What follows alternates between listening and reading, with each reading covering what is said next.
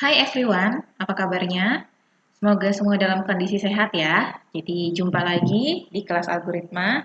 Jadi kita lanjutkan materi minggu lalu tentang, ayo tentang apa? Pada masih ingat nggak? Ingat ya. Jadi minggu lalu kita sudah bahas representasi algoritma atau cara penyajian algoritma dalam bentuk deskripsi ya. Mudah-mudahan semua sudah ada gambaran, sudah ada bayangan ya bagaimana menuliskan algoritma secara deskripsi. Saya rasa sih tidak menjadi suatu masalah ya. Jadi tidak begitu sulit ya kalau dalam bentuk deskripsi. Jadi itu disesuaikan dengan bagaimana kita menuliskan langkah-langkah dalam penyelesaian masalah secara narasi ya, jadi menggunakan kalimat biasa saja, 1A, 2B, 3C, dan seterusnya. Ya, di slide ini ada cukup banyak materi, jadi ada 36 halaman. Saya jelaskan pada beberapa bagian yang menurut saya perlu penekanan saja. Sisanya silakan dibaca sendiri ya. Di awal sepertinya saya sempat berjanji inginnya melakukan conference minggu ini atau minggu-minggu depan ya.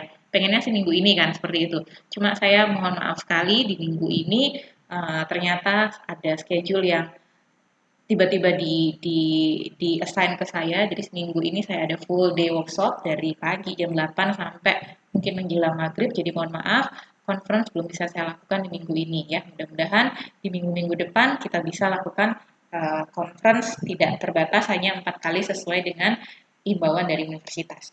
Oke, kita mulai saja. Jadi representasi selanjutnya yang bisa kita gunakan dalam menjelaskan atau membuat sebuah algoritma ada dua, ada flowchart dan pseudocode ya. Di video ini kita akan belajar flowchart dulu.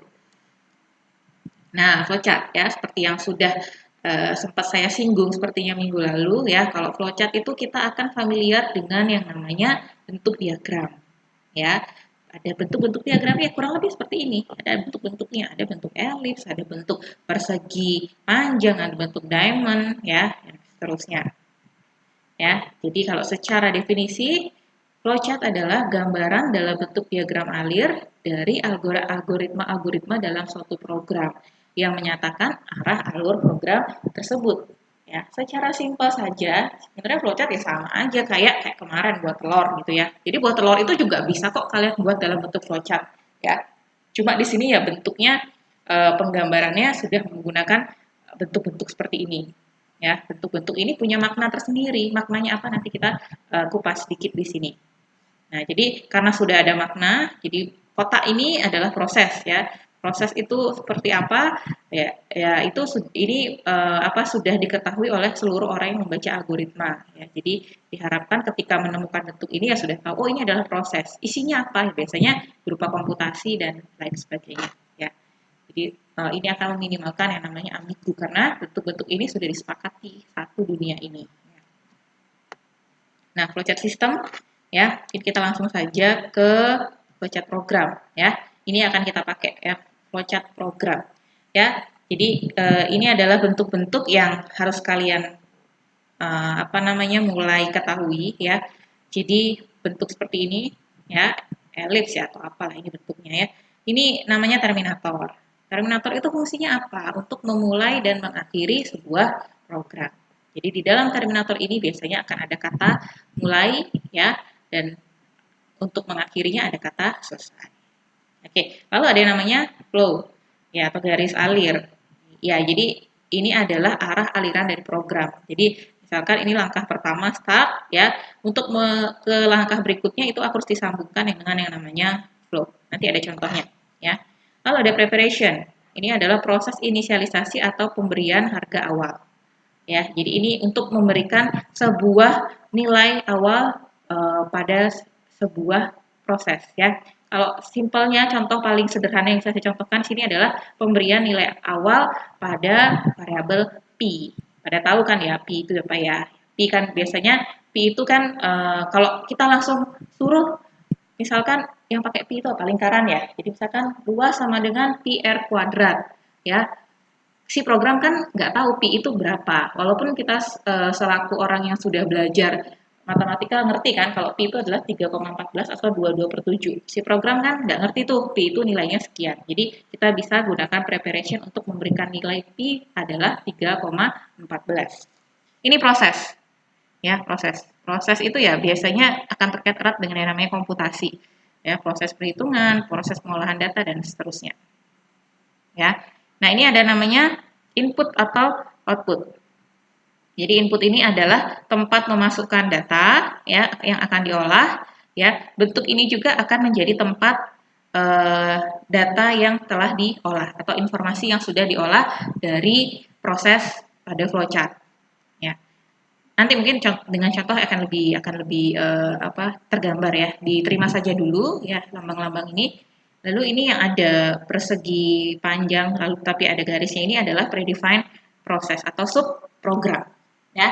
Contohnya apa? Contohnya misalkan dalam suatu program ya, dalam suatu program ada anak-anak programnya lagi ya. Misalkan saja saya mau membuat program untuk menghitung luas bangun datar ya, bangun datar. Nah, bangun datar itu kan ada banyak tuh, ada luas persegi, ada luas segitiga, ada luas lingkaran dan lain-lain ya. Jadi masing-masing luas bangun tadi itu kalau mau dibuat menjadi subprogram itu boleh. Ya, boleh. Nah, ini decision. Decision kalau dalam bahasa pemrograman kita akan definisikan dia dalam bentuk if ya. Jadi biasanya decision itu bukan biasanya, decision itu akan mempunyai dua cabang, pada bagian ya dan pada bagian tidak. Ya, jadi decision itu adalah pilihan. Kalau iya bagaimana, kalau tidak langkah apa yang harus dilakukan. Lalu bentuk lingkaran ini adalah one page connector. Ya, jadi flowchart itu ya seperti yang saya sudah sedikit singgung minggu lalu, flowchart itu buatnya cukup cukup menghabiskan kertas ya, cukup ribet ya. Jadi cukup menghabiskan kertas kenapa? Karena kan banyak simbol-simbol seperti ini ya, sehingga sangat mungkin flowchart yang kalian buat itu tidak selesai dalam satu halaman. Sehingga kita perlu yang namanya penghubung atau konektor ya. On-page konektor itu adalah penghubung kalau flowchart lanjutannya itu masih berada di halaman yang sama. Jadi di bagian bawah itu diisikan lambang seperti ini. Nanti di bagian misalkan flowchartnya dari sini, dari bawah ke sini selesai. Ketika kita mau lanjut di bagian kanannya, diisikan lambang ini dulu. Ya. Lalu dimulai juga dengan lambang di sini. Ketika untuk flowchart yang di bagian kanan. Lalu jika kertasnya habis mau balik gimana? Ya, kita gunakan off-page konektor. Ya. Nah, ini contohnya. Kan saya tadi bilang ya, telur dadar juga bisa tuh dibuatin flowchartnya. Ya. Contohnya seperti ini. Ya, dah. Ya, ini lambang apa saudara-saudara? Ya, jadi ini lambang untuk memulai atau mengakhiri program. Jadi flowchart harus dimulai dengan lambang ini. Isinya apa? Untuk menunjukkan oh di sini nih letak mulainya program. Ya, jadi mulai ini inisialisasi ya atau predefine ya. Dia menyatakan bahwa predefine itu nilai awalnya harus default api kompor itu harus dinyalakan dulu. Ya. Lalu ini apa? Ini adalah input. Ya. Oke, input. Ya. Nah, ini sorry ya, ini kayaknya sedikit agak ada kesalahan di slide ini. Input tadi adalah untuk data-data yang akan diolah ya. Kalau dalam kasus telur dadar tentunya adalah bahan-bahan yang akan diolah menjadi sebuah telur dadar. Apa saja? Ada minyak, ada telur, ada garam. Jadi saya koreksi sedikit di sini harusnya isinya minyak, lalu ada telur, ada garam. Proses berikutnya apa? Langkah berikutnya apa? Langkah berikutnya. Nah, ini baru namanya proses, ya. Buat telur dadar itu gimana caranya? Itu kita tuliskan di proses, ya. Ini loh caranya seperti ini. Nah, ini adalah apa saudara-saudara? Kalau ini input, ini adalah output, hasil dari pengolahan atau pemasakan telur dadar. Ya, jadi seperti ini. Lalu selesai.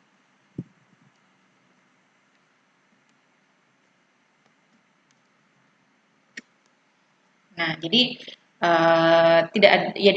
flowchart walaupun sudah lebih baku dibandingkan deskripsi, tapi tidak ada patokan yang bersifat mutlak. Ya kata-katanya harus seperti apa, apalagi di bagian proses ini ya, proses ini. Ya, tapi orang ya sudah tahu ketika ada kotak ini adalah sebuah proses. Ya, dan biasanya kalau karena flowchart terbatas space-nya, ruangannya, jadi biasanya kalimatnya tidak akan terlalu panjang seperti halnya deskripsi. Ya. Nah, ini yang saya garis bawahi ya. Setiap pengolahan selalu minimal harus terdiri dari tiga unsur utama. 4 ya, satu lagi ya. start dan end, mulai dan selesai. Jadi mulai selesai, inputnya apa, prosesnya seperti apa, outputnya apa. Jadi itu kaidah umum dalam pembuatan flowchart. Ya, jadi start, input, proses, output, selesai. Ya, kurang lebih seperti itu. Silakan ini bisa dibaca sendiri, cukup jelas ya. Cukup jelas di sini. Nah, untuk bagian arus logika flowchart itu ada beberapa ya. Nanti secara lebih detail kita akan belajar di materi berikutnya bagi materi if, percabangan dan materi perulangan atau for ya. Sedikit saya singgung saja di sini. Jadi flowchartnya kalau tanpa syarat ya, tidak ada if ya, tidak ada decision ya, bentuknya kurang lebih seperti ini. Sequential saja. Proses A apa, lanjut proses B, lanjut proses C. Nah, kalau proses-prosesnya lanjut seperti ini, sambung menyambung seperti ini, ya, boleh juga kita tulis dalam satu buah kotak, ya, proses 1 apa, 2 apa, 3 apa, itu boleh. Lalu ada namanya instruksi bersyarat atau if yang saya bilang tadi, ya. Jadi flowchartnya pasti akan bentuknya seperti ini, ya. Jadi ini langkah-langkah di atasnya, lalu ada kondisi. Kondisi itu if, ya. Masih ingat nggak if itu apa? If itu adalah pilihan, ya, jika, ya. Jadi saya contohkan, kondisinya adalah misalkan jika nilai A lebih besar dari 5, itu kan kondisi itu, ya. Kondisi yang harus kita memilih. Kondisinya apa saja? Ya, A-nya lebih besar dari 5, benar, atau A-nya tidak lebih besar dari 5 atau salah. Ya, saya ulangi lagi. Apakah 5A lebih dari 5?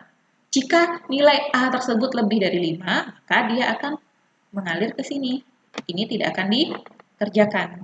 Dia akan mengalir ke sini dan seterusnya. Sebaliknya, jika A kurang dari 5, artinya kan salah itu, ya, karena di sini kondisinya if A lebih dari 5. Jadi kalau A-nya kurang dari 5, dia akan masuk ke blok sini. Ini kita sebut dengan instruksi bersyarat. Kalau masuk sini ya ini nggak dilakukan di nol, diabaikan. Seperti itu. Ya. Nah, lalu ada for, perulangan. Kayak gini, perulangan ya. Ini perulangan dan if. Ya, jadi for-nya di sini. Ini for-nya, ini kondisinya. Sampai kapan dia harus dilakukan. Nanti mungkin kita langsung masuk ke contoh ya.